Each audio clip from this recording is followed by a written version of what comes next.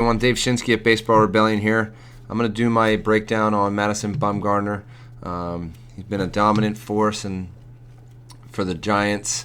The last 6 years, he has over 200 innings in the last 6 years. Finished fourth in the Cy Young 2014. Won a World Series. He has 1,377 innings and 1,361 strikeouts.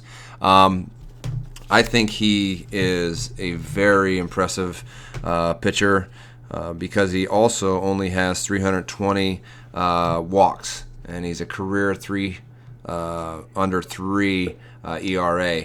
I really like his postseason resume, which really makes me, believe that he's a winner, man. Like he's tough, he's gritty, he's willing to, come in, pitch in the 8th, close it up, start, whatever you need. He's a guy that you can definitely call on when he's needed. All right, and I want to go over his mechanics, but again, kind of like Cueto I did last, is these guys, they're efficient with their mechanics. They've been doing it for a long time. I know in high school, I'm sure I heard he threw harder, but again, he's probably more efficient with throwing nice and easy, and creating just a simple, repeatable delivery, and that's what he does. He gets to the same positions, every time. It doesn't matter if it's a changeup, fastball, slider, curveball, and that's what we'll go over right now. He does have a unique delivery in how he kind of gets his hand behind his body. So you'll see as he gets up into his leg lift, first thing he does is he really separates his hands from each other, and he really goes the opposite way. I mean, I would not recommend this for young kids, just separating their hands and getting their arm that far racked behind their body. But for a big guy like Bumgarner, like I said, I was watching him in high school, his high school delivery, and he didn't have this big kind of separation straight arm deal where he's counter rotating his shoulders. But as he got into pro ball and the big leagues, he probably needed something where it separated him. And this is where Madison Bumgarner looks like he's going to throw the ball behind a left-handed batter. Okay, so again, I wouldn't want to face this guy, even as a righty. It's kind of hard to feel where the ball is coming from, especially as big and as fast as his arm speed is. Okay, so again, I wouldn't recommend this to teach to younger kids, but as a young adult, and in his 30s, he will be more efficient at repeating this mechanic and this delivery. Okay, so one thing I want to talk about is how he closes himself off. Now, again, for you little kids and for you coaches that are teaching the way to use your bottom half,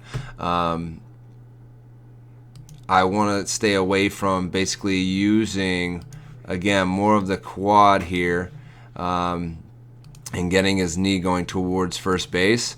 I'd rather see his glute work better in using it to drive his momentum towards the catcher.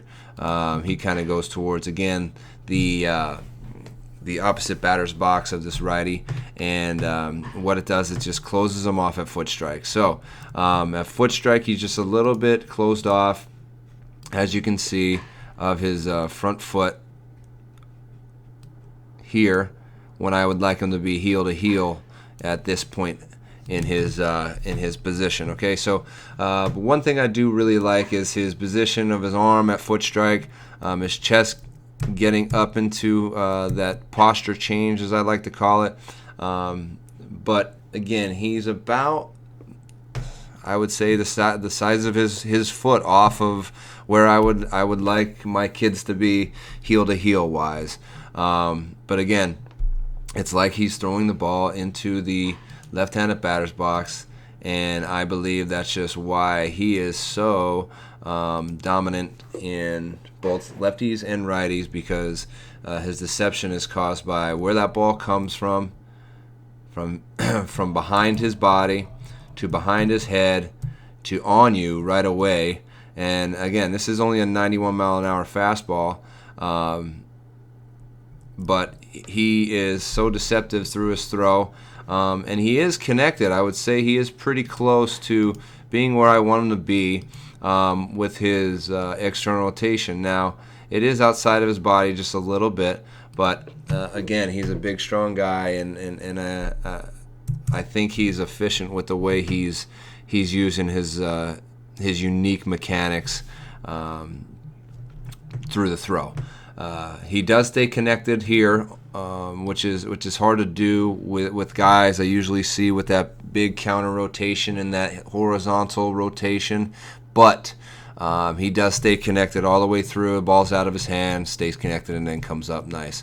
I want you to look at his hand too as he comes through. He follows through all the way to his hip, and that's hard to teach sometimes.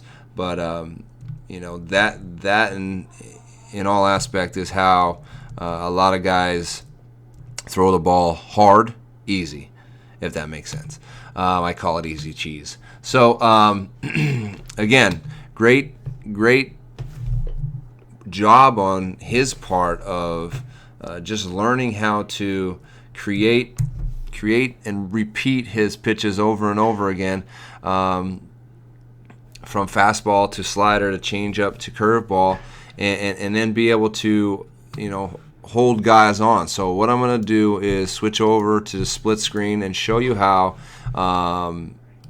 just effortless it is, I think, for him to pick off guys, hold guys on, switch up looks, is because of this mechanics where he kind of looks like he's going to throw the ball to first base, but his first baseman knows that he's going home. He's going home. But watch the runner. Okay, so watch the runner and watch how the runner kind of is even going back, and he's almost into his full throw. You usually, if you see a guy going now past that point, you're gone if you're gonna steal.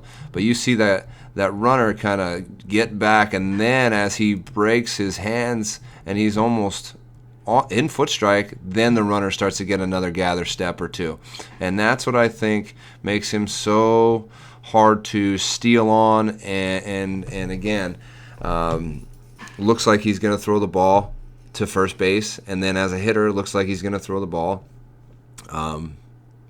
into the left-handed batter's box, but gets into this great position of let's check this out, of I would say close to 90 degrees, okay, 84 degrees, and his lower half, and I mean it's great. I mean, it's great how he gets to this position of 90 degrees with his arm. Doesn't really open up his shoulder a lot. Keeps his shoulders pretty square, because I could definitely see his Bumgarner and his 40, and his hips are open really well. He's into that rotation that I like to see with that foot, knee, and hip turning towards the target, keeping his head still, and just finishes off really well through his finish. This is a guy I think that's going to keep dominating for I would say the next 5 to 6 years, and I don't think he has really much to worry about injury-wise. Like I said, he does counter-rotate a little bit, but he gets into these good positions, and he's a big, strong athlete. He takes care of himself, and I just think he's going to be, a guy that can, stay within, the 2,000, 2,500, get up there in innings, and that my friend, I mean, he's 200 innings every year, so that gives him another 7 years of pitching. So, look out for Madison Bumgarner, and I mean, he made a name for himself, and he's just going to keep doing it. So, this has been Dave Shinsky with Madison Bumgarner Breakdown for Baseball Rebellion. Thanks a lot.